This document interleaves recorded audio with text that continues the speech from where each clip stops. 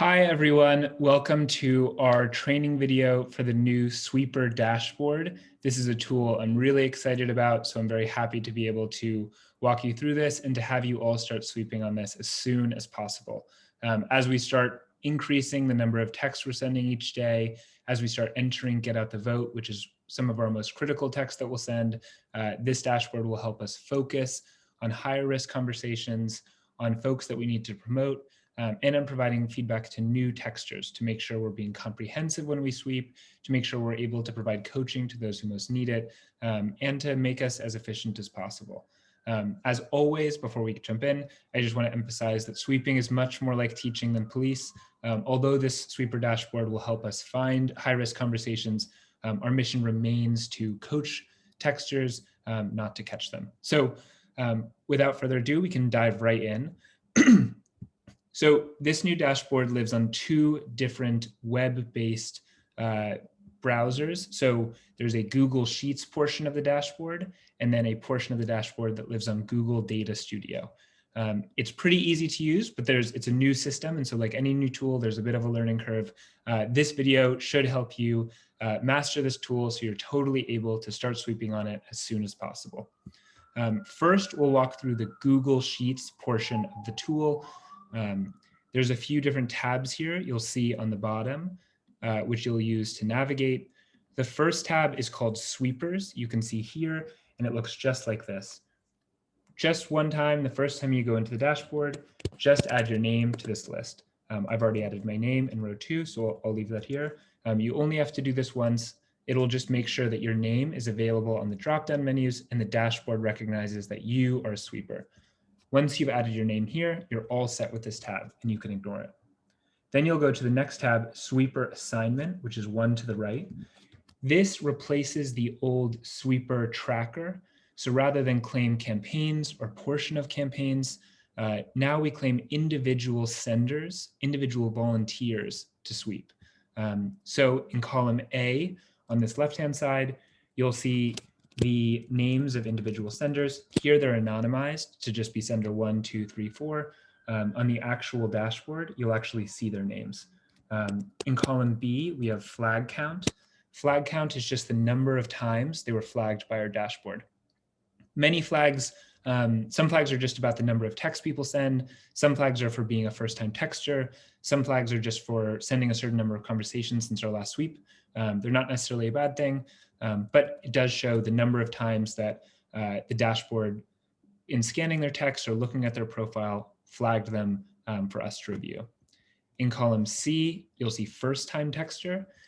This will show a 0 if this person is an experienced texter and has texted with us before.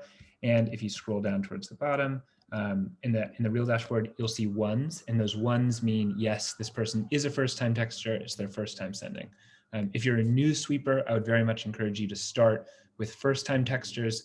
These folks are new and learning our systems, and so there's lots of feedback to be provided around just following our guidelines and making sure they're all caught up. The way to sign up for folks is in column E. So here, you can either type in your name or click this drop-down menu, and you'll add your name to anyone you'd like to sweep. Importantly, we want to check column D and E to see if someone is already claimed. So if there's a name in column D, that means that person already has a sweeper assigned to them.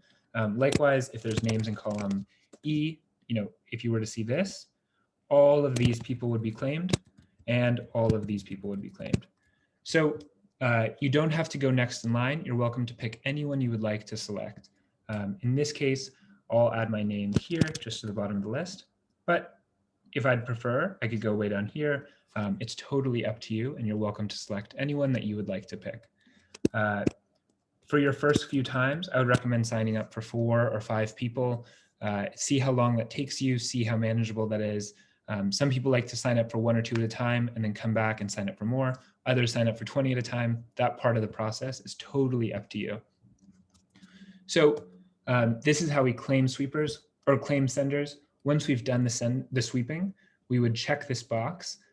If you forget, no worries, it doesn't actually go into anything. It's just so we can make sure as a team that we're doing our work, and this will reset each day.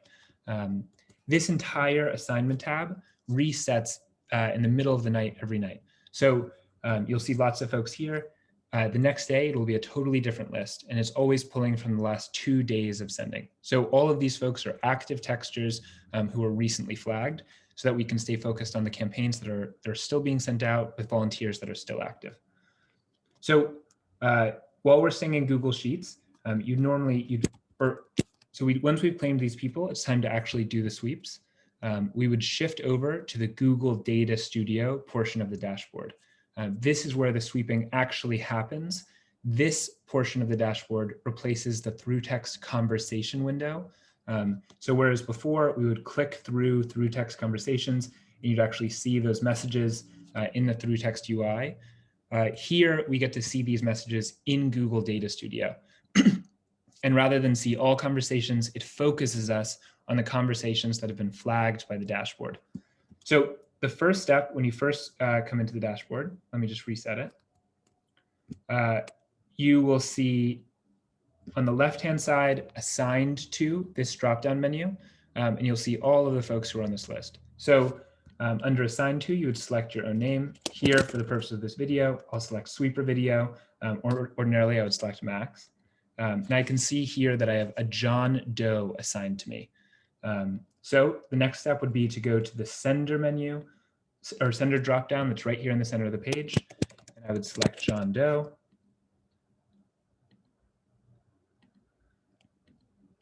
Once I've selected John Doe in the sender menu, these two tables, conversations and messages, will show conversations and messages that John Doe engaged in that were flagged by the system. There's another drop-down menu here, flag. This is totally optional, but if you'd like to select one flag at a time, you're able to do so here. In this case, you can select any of several content flags. A content flag means it relates to the actual content of the message. So it's a particular word or a length of a message that triggered the system to flag it automatically. It doesn't necessarily mean something was wrong. Some content flags actually are part of our script, but others might signal that it was off risk in a way that would, or off script in a way that would increase risk. Here we'll just leave them all checked. So on the left-hand side in this conversations table that I'm highlighting now, each row represents an individual conversation with a sender. On the right-hand side for messages, each row represents an individual message, outgoing or incoming. So it'll show both the messages that we sent to voters and the messages that voters sent back to us. In this case, specifically to or from John Doe. So one of the cool things about these is you're able to sort the tables by whatever column you would like. Most people I've found sort by conversation ID down. This will ensure that the conversation ID matches across conversations and the messages table. So in this case, you can see 1753940164. You'll see the same thing here. So that way you can confirm that this row matches the first bunch of messages here. And that way you can scroll down in the messages column and actually see the conversation just as you were able to in through text. So, hi David, I'm John, a volunteer in the 2020 election. I'm reaching out to listen. What one issue matters to you most? Then the incoming, you can see here, John, who are you voting for? Outgoing, I'm voting for Biden-Harris. I think we're in dire need of leadership change. How about yourself? I should stop reading all these messages. Hopefully you're able to read them. On the farthest right column, you see flagged messages and all these zeros. If it shows a zero, that means that was not in particular the message that was flagged. The ones will show the message that was flagged. So here you can see outgoing. I hate socialism and communism are horrible systems that require oppression and result in poverty. But what Trump says about Biden being socialist is simply false. He's not Bernie Sanders. So in this case, I do think this adds risk because although Bernie Sanders is not on the national ticket, he is a sitting Democratic senator. He is a part of the Democratic Party, and we don't want to denigrate or disparage any of our candidates. So this is a message that I would reach out about. You can see this conversation ID matches this one. Opt out, yes. So if we continue, you could see towards the bottom of this conversation, you can tell it's all the same conversation because of these numbers. Incoming, there's not one time in DNC convention law and order was message. It's on tape. You were sick.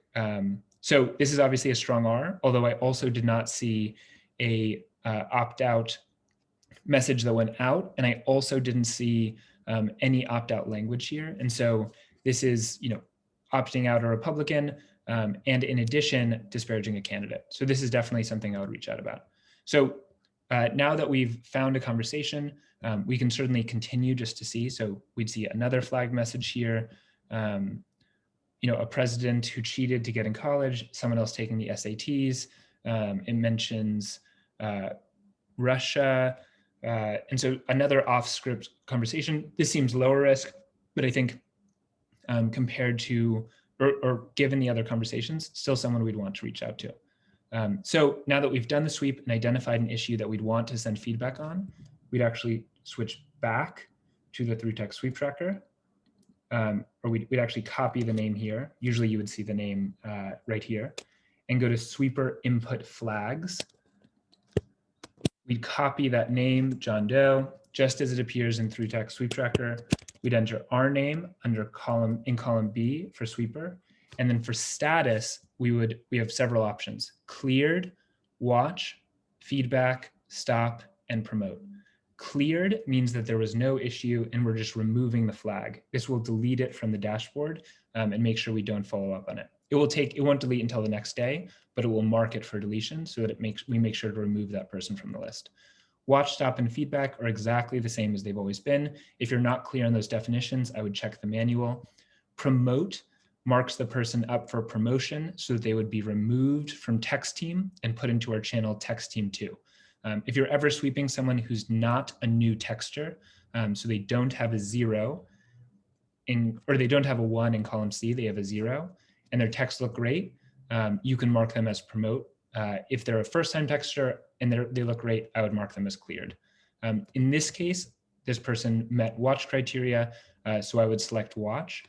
The flags and feedback sheet in the sweepers workspace, sending feedback, all of that process remains exactly the same. So I would navigate to the sweepers workspace. I would enter this person, John Doe, as a row in the flags and feedback workspace, fill out the notes, fill out the date, mark the issue, and then I would send feedback just as I normally would. The reason we enter it in 2 places now is because this inputting it here will actually feed the dashboard, and it will remind us to follow up in a week or so to check back in on John. To make sure that there aren't continuing issues. The notes here can be super simple. They'll just, when the flag comes back in a week, we'll see whatever we put here. So we can put off script plus opt-out non-supporters. It can be super simple. This way, in a week, if I'm not the one who claims John, someone else will know what the issue was and they know specifically to look out for that. So what have we talked about so far? The first step is going to be adding your name in the sweepers tab on this far left. Next is to claim in the sweeper assignment tab a few users you'd like to sweep. In this case, because I swept, let's say this row is John, I would check this box to show that it was complete. We're going to do the sweep here. And you do that by selecting your name on this drop-down menu on the left, and then going through the list of senders. So normally there would be not just one person, but multiple people here. And you would just type in those names to select the individual senders. And then we sweep just as we normally would, but rather than through text, we're in these tables. Just a couple of extra features that you're able to use. Again, you can sort by any of these columns. Many people like to view it as the way, right, how the tables generate, which shows the individual conversations back and forth. If you'd like to focus specifically on the flagged messages, you can click on flagged messages on the right-hand side, and it will highlight, you can see all of these have ones. So these are the specific messages that triggered the content flags. You can also sort by message direction. So you can see just the outgoing messages. You'll lose some of the context for the conversation, but you can do quick scans. And if you look here, you can see many of these responses are not part of our script. Thanks for your 2 cents, appreciate it. Thanks for sharing that. I wish it was still 22. Many of these are not, high risk. Sorry, but I don't watch Fox News. They've been on a 20-year descent. Maybe these aren't high risk, but it shows this person is going off script. So I would probably look further in their conversations to see if any of them would increase risk and warrant a watch or even a stop. And again, on the left-hand side, we can see the conversation ID. We can see the surveys here in this second to last column, and also whether they were opted out. We don't have to check the surveys or opt-outs too carefully, but if you see all the surveys are blank, or all the opt-outs are yeses, or all of them are nos, that might be something to flag as well. So I know this was a quick video and there will be lots of questions as you get started, but we have tons of folks in the channels who are able to answer those questions. You can also go to 2020victory.io/dashboard training in order to do a live training where we can help answer these questions. And if you're ever unsure of what to do next, just go to the channels, post for help, and we have lots of leads and other moderators who can help answer any questions. The last thing to show potentially is the all open flags tab. This again is in the Google Sheets portion of it. This is an optional tab, but it shows all of the flags that came through. So if we would like to, or if you would like to target specific kinds of flags or specific kinds of senders, this would be the tab to check and do that. So you can filter this tab. You can do it by first-time texture and see just first-time textures. Then you would just find the name. Again, these are anonymized, but usually you could just find this name, head back to sweeper assignment, Control F, and find that person and claim them. If you, instead of first-time textures, you wanted to do content flags, sorry about that. Well, our filter may not be working right now. Totally well. But you could select, instead of first-time texture, you could select content flags. And then in column C, flag subtype, you'll see the specific word that caused the content flag. So these three senders use the word communist. This next sender said liar. This sender said murder. This sender said QAnon. So we're scanning all of the outgoing messages to see who's using these words, which indicate, potentially a high risk off script. So if you're very comfortable giving feedback and engaging in difficult conversations and want to focus on high risk conversations, you can look through here. You could find some of these senders and then claim them on the sweeper assignment tab and complete the process as normal. This is the video. This is the basics of how to use the sweeper dashboard. I think it's a really powerful tool. And I think the best way to learn is to get started. So if you'd like to get started and you're feeling ready, go to 2020victory.io/dashboard, fill out a quick Google form, and within 24 hours, we'll make sure to get you access to this tool. If you have any questions, again, feel free to sign up for a training. You can do so at 2020victory.io/dashboard training, or just post in Mod's backend. One of our leads should be able to reach out and schedule a call with you or walk you through the tool or answer specific questions you have. I'm really excited about this tool. I think it's going to change the way we sweep and allow us to sweep at the scale we need in order to support this program for GeoTV. Most importantly, though, thank you so much for being a part of this program. This is one of the biggest voter contact programs and efforts that the United States and the world has ever seen. We're going to contact tens of millions of people, and it's all thanks to supporters and volunteers like yourself. I am incredibly grateful and look forward to seeing you in Slack. Thank you so much for being with us, and thank you for sweeping. It's incredibly important work.